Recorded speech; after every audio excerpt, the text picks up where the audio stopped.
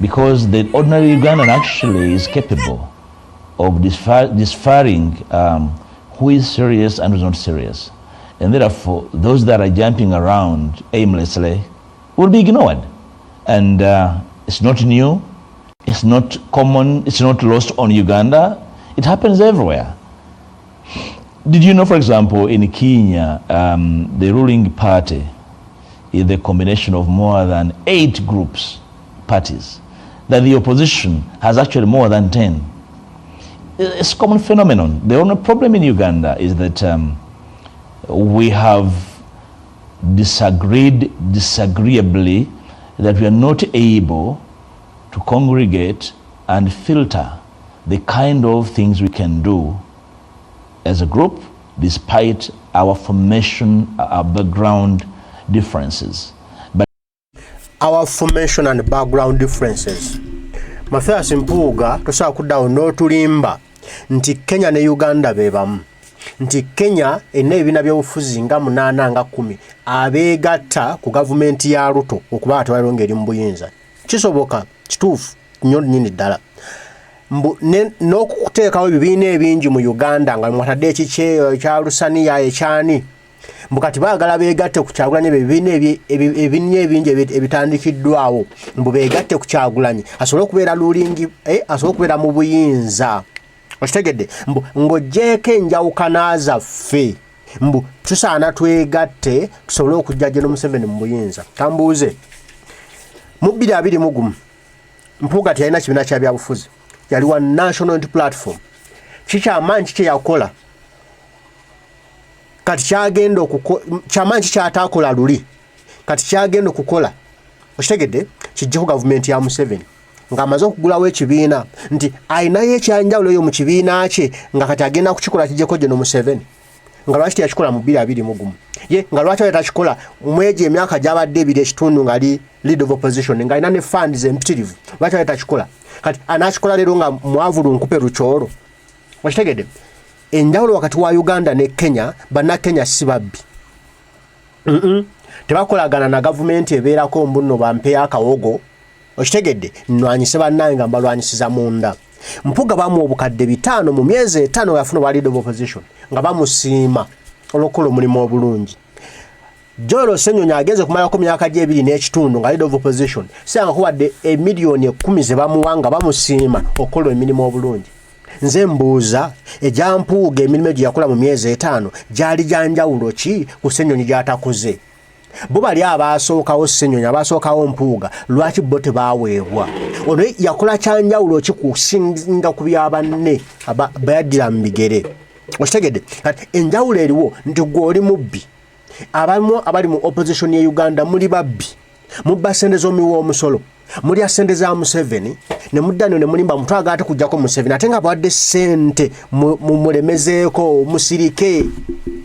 Okitegedde kati tukuzudde ng'oli mubbi, tukutta omukono gwo guli mu nva gujjamu ekifui, okutta ekifui n'amasavu gakuvulubanya emimwa gyonna obwedde owuuta supu waffe. Ne tugamba sewozaamu ekifui kyaffe ate twetondera okubba enva zaffe. Nogamba sijja beetonda ekifo n'okikubayo n'okirya n'ogenda ogamba nzira bampalana tebanjagala naye nga tukutobba. Okitegedde lwakuba tugambye ku bubbi ntugaa weetondezaamu n'ekifui kyaffe n'ogaana okwetonda n'ogaana okuzaamu ekifui kyaffe n'okutandika nti bampalana ate kati omala okutuukayo n'otandikawo amakaago. Okitegedde naawe otandise okwegulira ennyama ogirya ogibugaale ate ogamba njagala kuddamu kwegatta ne bali gye nnava gye nabba enva mbu naye tebaagala twegatte. Bakwata ng'oli mubbi ne bagamba zaamu ekifui kyaffe ate otwetondere n'obigaana kati aga kuddayo wegatte nabo kuki ekifui wakizaamu waba yetondedde. It should be okay. It happens everywhere. But the citizenry are capable, have the civic knowledge to tell and decipher who is actually not serious, and they ignore them. Despite formation, despite noise, they can tell that this is not really, this is a non-starter. DF is actively involved in nominating and placing candidates in different places.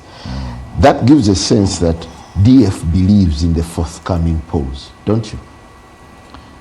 Yeah, we believe that leadership in any place must be the result of an election.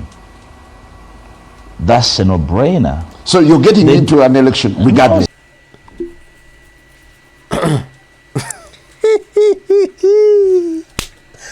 Eryokangana etonya omukulu ono yali wano nga alina ekiteeka kyali atembeeta mbu simanya electoral reforms mukijjukira ng'agamba mbu ekyaliwo mu 2021 n'olwaliro situation bwetyo bwekyali mbu ye yeewuunya Kyagulanyi yali yawoza mbu ngenda nzirayo mu kalulu ngenda kujjako Museveni mbu ng'ate embeera kyalinga bwe yali mu 2021 mbu ye tasobola kugenda mu kalulu ako nga takoze electoral reforms olwaleero akugambye mbu bakkiriza mu kulonda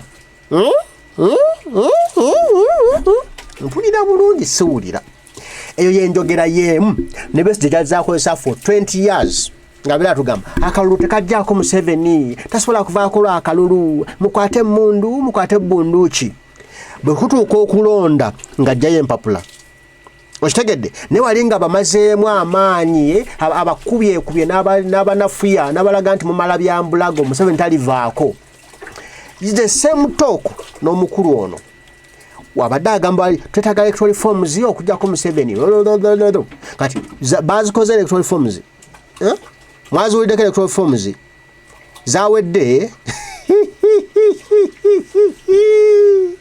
zijje zindye maama nze bwe ziba nga tezinnaba kuggwa kati ano nayo ki mu kalulu ewatali electoral reforms General Museveni nange agenda kuddamu okukabba akalulu ate we yagambye abikkiririzaamu boy bulijjo mutuzannya 1-2 mwafuna omulenzi. Simon, don't get excited. We have questioned the manner of organizing these elections. That should not mean that the election should go away. We have advised that where elections are organized in the manner we are doing it in Uganda, it undermines the capacity of citizens to choose their leaders effectively and rightly.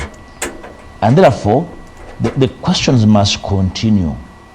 As the election goes on, we must continue questioning the wisdom in which they are organized. We must continue questioning the legal framework. We must continue questioning the way, the behavior of particular organizations, agencies of the state. We must continue questioning them. I have no doubt in my mind that when the voice is amplified, some of these can be overcome. The only problem is that when this becomes the preserve of a few individuals and the others are comfortable to say, that kind of talk weakens the collective. Because when you say, that kind of talk you've had. And for me, that kind of talk is complicity talk. Because we have that kind of talk weakens the collective. Because when you say, that kind of talk you've had. And for me, that kind of talk is complicity talk. Okay. That kind of talk is complicity talk. Oyagala tulemegano tumusobola. Tugate tumusobola. Okitegedde. Ayagala mugambe nti tumusobola munango musajja muzibu.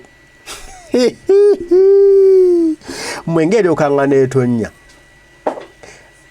Okugamba nti Museveni tumusobola tusobola omujja nga tuyita mu kalulu. Agamba se complicity talk, just kwogera kunyumyamu bunyumya njogera ya maluwa. Okitegedde? Ne bw'ogamba nti tumusobola olwo bw'omusobola. Kyagezaako kugamba ye. Ayagala tugambe nti tumusobola omusajja muzibu tasoboka. Olwo tumusobola ye. Olwo teba complicity talk biba bya ddala. Naye olaba enkodomali zino. Baali baliwo wano nga kutubuzaabuza kutubuguyaza. Bokwongera kugeza bank account zaabwe zongere nga zongebwako omusaala buli mwezi bo bafune bagaga wale bazimbe emintu gigejje bazimbe ebisakiro bigejje embuto zikomere batakulire kuli bazimbe business byabwe gwe Munnayuganda ngoyongera kubonaabona nga omuntu alese ekizibu ate bogwe mukisa gwabwe bo kasaba nga balya go batolidde tebakwatako bajja kujja bakulimbe limbe bagambe yo complicity talk wastegede tebagala bo bya ddala amazima amatufu General Museveni tumusobola singa tuba tukanyiza Bannayuganda bena tugamba nno kuluno tusazeewo tumujjako kisoboka twali kitasoboka Naye omuntu agamba ya ogugwe gwa kumalamu maanyi kukunafuya kulaga nti temumusobola. Kuba kumalamu bantu maanyi balime genda kulonda. Kumalamu bantu maanyi balime kusitwa kulwanira akalulu kaabwe. Ate kati tumusobola. Tetumusobola. Mpuuga agambe complete talk. Ndogera mbozi z'amalwa tebisoboka. Awe batwagala. Mukama kizibu.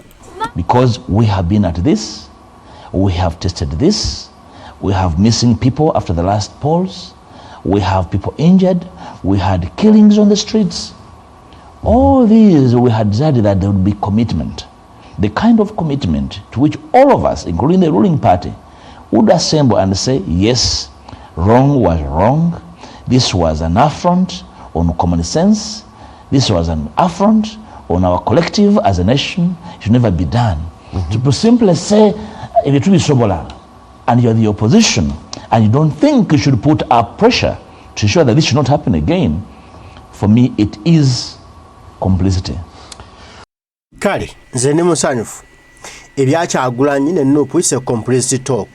Alright? Nze ndi musanyufu nnyo kikumi ku kinnaakyo nti twafunye omusajja omulwanyi Namige emmekete ayira n'ekibiina ky'obufuzi bakita DF muti. Okitegedde kyekibiina kyalina aleese etali complicity talk. Bana agenda tugirako mu 7. Guno mwaka gunnagwawo nga tannamuggyako. N'ekibiina kye kimaze tekiwezezza emyezi 2 nga weekiri. Kale mwezi nga weekiri. Batuusa ku by'okuggyako Geno mu 7. Abatali mu complicity talk kujja ku mbozi z'amala kutula ku TV n'akubira ono mwami yani ono mwami erinnya lya Kanada ndinira kwantu banga tunanyo kyakoze mu samanya gagenda. Ayino ono mwami ono atudde ku si ayino mukawo mwami ono abatudde ku seti ku TV ku NBS amukubira kasimu nga ndudde okulabikako ku TV ninayo wane ekyetaano kyange wakiro nkyazaako ku TV n'amukyaza. Okitegedde boogere ebyo ebibozibozi najja n'ekyetaano kyo bavaawo n'akimusimba ekyetaano kyaffe najja n'ayogera nga nete wali kyaze kwogera. Lwaki ojja ku TV n'otagenda mu field kujjako Geno mu 7 mutuusawo ku by'okumuggyako kubanga mwine yali abalemesa yali Kyagulanyi nga batuulidde kati mwetaayo gwe president mutuuse wa taata oba Kyagulanyi neyo naye abalemeserezaayo. Would you be persuaded to join the notion of a protest vote in its state? Do you want to give it weight? Do you want to explain to me what a protest vote is about, that I can figure out whether I should join or not? Do you want to explain to me, because I do not understand it? Kalonde kakume. It's that simple. Does that amount to protest vote? I think our conception of the same is different. It's been common that we have urged our citizens, wherever and whenever we have an election, to be civically aware, civically alert, participate and engage. There's nothing new. It's mundane. And for me, that cannot amount to a very serious election agenda. Well, okay. Nzumanyi ndi muntu nga ebyange bya mangu awo sirwayo sina bwongo bulwayo kutoola kubuuza kibuuzo bwe bibange bibadde ebya bulijjo bye mbadde mugamba abantu bamu nga toyinza binyigamu bya protest vote then to your solution kiri simple to wear your solution siku kubugumyamu nzeere byabyo sisobola kubimalirako budde bya bulijjo n'obumba amatama tugambe bya bulijjo ekituufu ekirina okukolebwa ye ABCD. Nga mwansuba obutakola ku TV wanga singa bano bampuga bakaba ne bajjamu engato ne badduka ne bajjamu ettaayi tuwe gweyiye eriki bwe bange eyawo bali nfu bye mbadde mukola bulijjo then ADF my ADF ADF yammwe eriki egenda okujjako mu 7 mugenda mu nsiko mugenda kukwata mayinja migo mugenda kumukuba amasasi mugenda kugula ba sniper mugenda kukola ki ekitali kya bulijjo okubaga protest vote kya bulijjo n'asirika ali n'abumba emimwa mbadde manya natuwa solution nti mama tuwedde tufunye mbadde nvirawo mu nuupu mbadde ngenze mu ADF naye kimaze amaanyi nga musajja wange olumaze ogamba ebyo bya bulijjo tebisinza bimalira mu budde bwange naye tatatuwadde kyamalira mu budde. We are headed, given the acrimony that exists amongst the political groupings in the run-up to the presidency, what are the prospects for the opposition in 2026? Something I say this for the umpteenth time, that the acrimonious existence between parties has not helped the cause of the opposition. In many cases, when you actually closely look at what has caused it or what causes it, what perpetuates it, in my view, in my space, it is absolutely avoidable. The egos, the arrogancy, the self-serving behavior of individuals is avoidable. And you see, it's a question of understanding our duty as leaders in the opposition. The day we lose the understanding of our duty as leaders in the opposition is the day we continue scattered. And I think that we owe a duty of care. We owe a duty to our followers, our membership, our voters, to really shelve some of these small things that make us, believe that it's either me or no one. That kind of behavior. It's either me, it's either us or no one. We are the big boys, we must surrender. The surrender kind of approach to politics. That we shall be in submission. That is either us or no one. That kind of approach by the opposition is absolutely unacceptable, and it only serves to weaken the already weakened opposition over time. And I contend that it's not late to educate particular individuals in the opposition about the need to climb down and rethink. If they're not... Kanze kankubuulire mukulu Mathias, if not Kyagulanyi, no one. If not Kyagulanyi, no one. Bamwe tubalozezaako muli babbi. Mubaddewo for 20 years. Nga mutuzinsambuzinsa mizannyo gyammwe. Nga kyemuliko kyakujjako Museveni wabula kwegaggawaza. Kyagulanyi mu parliament for 5 years nabi. Ye 5 gyali 3-2 years nabivaamu. Nadde waka naga twagala ndabyo yite wali mulamwa. Omulamwa guli wano. Twetaaga buyinza. Bano bote betaaga buyinza, betaaga ssente. Gwe mulamwa gwabwe betaaga ssente si buyinza. Kati mwabetaaga ssente tuyinza kubeera nammwe. Kamwe mwagala ssente mutulinde. Tusobola tufuna obuyinza tuliba wa ssente. Kamwe ekyamwe kya ssente kiri simple kyangu. Tujja kubawa emirimu mufune ssente. Kaso tujjawo oli tufune obuyinza then mwe tubawe ssente. Byanjawulo. Bwabanga si Kyagulanyi ayagala obuyinza ne bannayuganda bakagolokeza obuyinza bwabwe nga mwabagala ssente nedda. In accomplices to the weakening of the opposition, then they need to open their sense of care. They need to understand, to open their views, to speak openly and candidly and honestly. You cannot invite me to a meeting and say, we have this agenda, but item 1 is undebatable. That kind of approach, Do you subscribe to the school of thought that 2026 NRM is more formidable and it stands a higher chance of gaining more ground? Do you have poll results? Do you have any, have you done any? No, when you look at the scenarios, the current scenarios in place, especially within the opposition camp.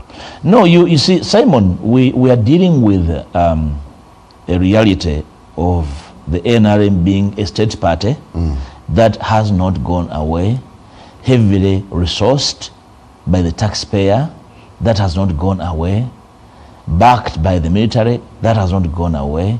Of course, it gives the NRM an unlawful advantage. And that's what we had sought to overcome. To say, what you call advantage is actually fraud. This is the kind of debate we lost.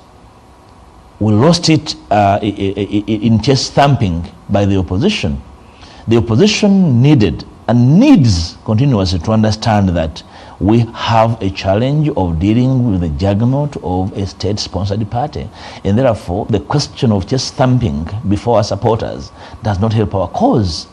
All we need is to raise the momentum of our supporters, civil society, cultural institutions, religious institutions, to question the NRM, to question the state and all its actors. As we take a break, what remains? Mpuuga ekimuluma ku kimu kuba nti Kyagulanyi w'amaanyi. Buli njogera bbiri nti chest thumping. Kyagulanyi yeewaana ddi nti nno ndi era w'amaanyi. Si byakwewaana w'amaanyi. Mpuuga naye tugezeemu. Wuyo otugezesezzaamukko Mpuuga n'otandikawo ekibiina kyo kikomyewa. Ne mu nsawo zo tekikyalimu oba kyabamu kati kiri mu kisenge wansi w'ekitanda kyo kuba oli omusajja mulalamu. Okitegedde? Alina okukuba ekifuba kye w'amaanyi. Govuza ku Museveni. Okumanya w'amaanyi tomujja mu kamwako. Chest thumping afuse chest thumping. Kubanga omusajja mulalamuko. Oyo gwe twagala. Okitegedde mukulu Mathias. Kati obagwe ngoya nga Kyagulanyi yakulinnya ku bwongo. Ng'omulota bulosi buloberoobera oloota ye. Ajja kukuba ekifuba kubanga ffe tumuwaga ffe Bannayuganda ffe tumuwaga kubanga tulaba nga asobola. Wanjawulo kummwe